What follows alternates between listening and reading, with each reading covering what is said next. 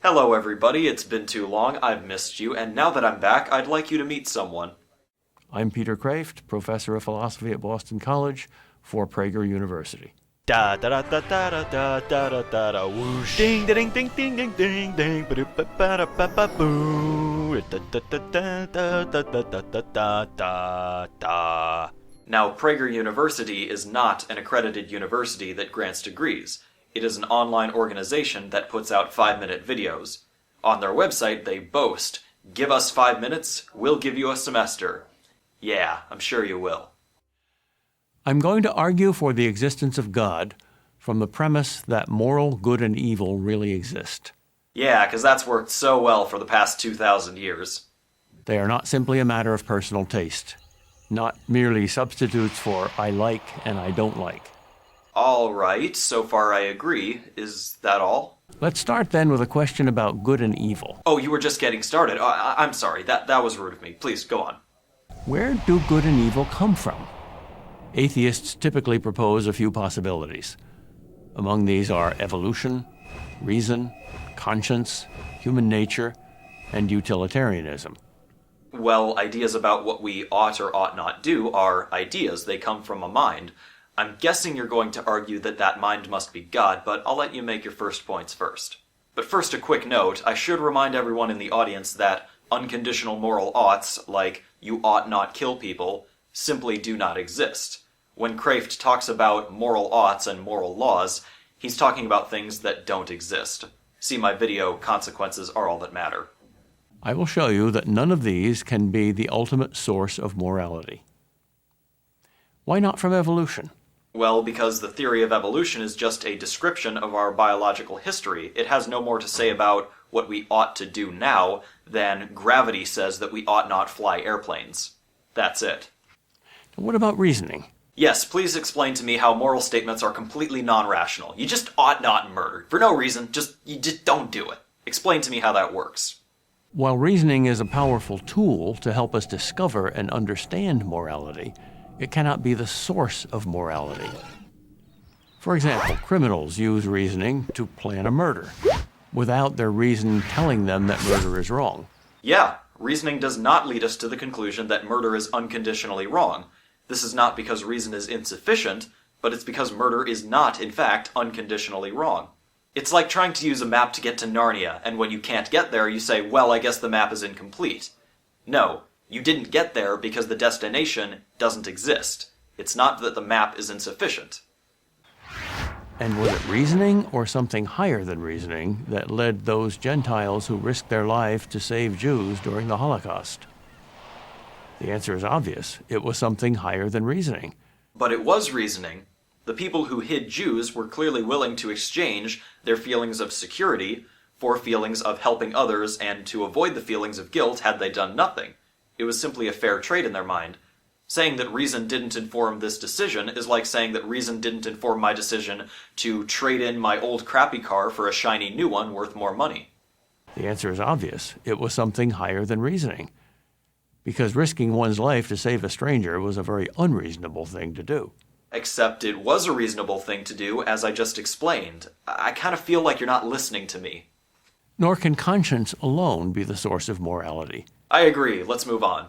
Some people say human nature is the ultimate source of morality. I, however, do not. Let's move on. Utilitarianism. Did you just cross it out before even talking about it? Wow, that's pretty presumptuous of you.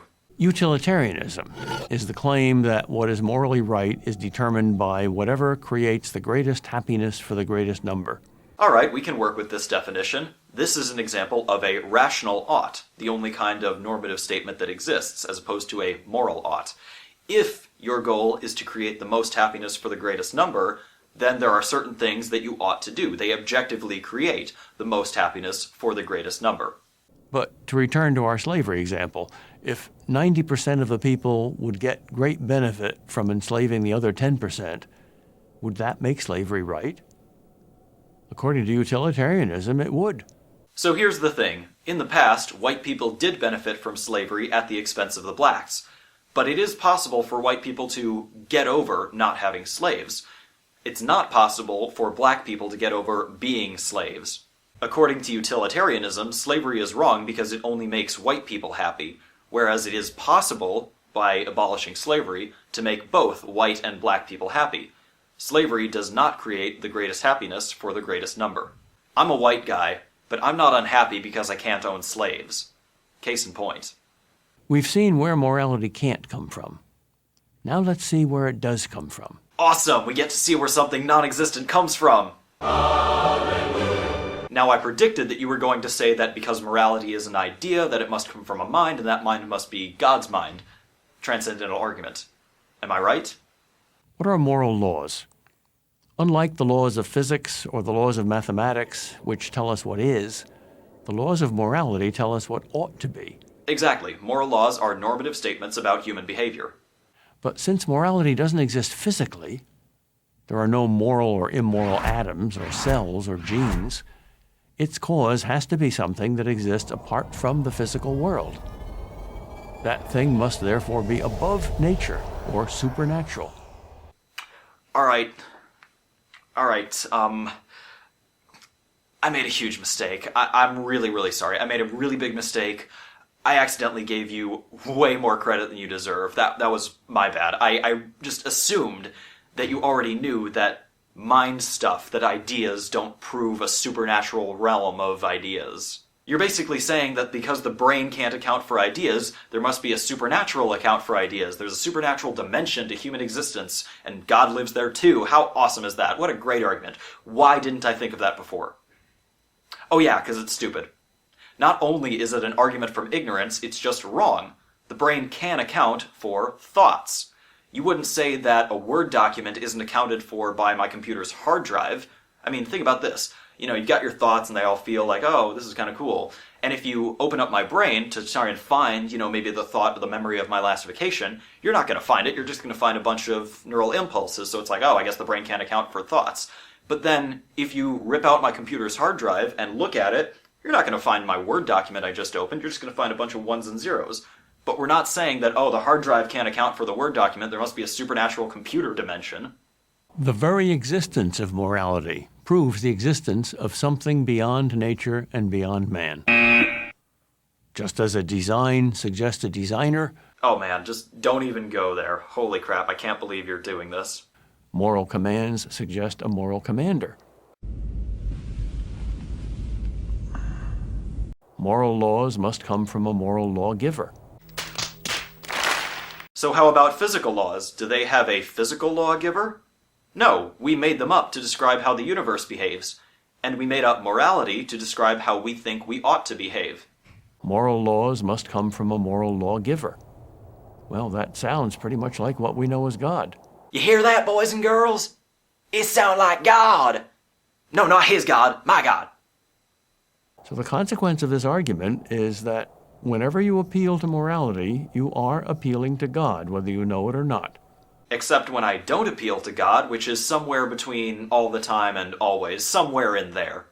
And by the way, you don't appeal to God either.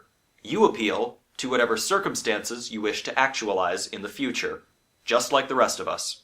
Let's try a thought experiment, okay? Let's imagine that God comes to you and tells you that there are unconditional, transcendent, absolute moral oughts in the universe. Things that you just ought do and things that you just ought not do. And it just so happens that all the things that you ought to do will create unfathomable pain, suffering, and injustice and ultimately land you in hell where you'll burn and choke and scream and cough for all of eternity. However, all the things that you ought not do happen to promote peace and health and happiness and justice and will land you in heaven where you will experience eternal bliss alongside your Creator for all time. Knowing this, how would you live your life? Would you adhere to these intangible, transcendent, unconditional moral oughts or not?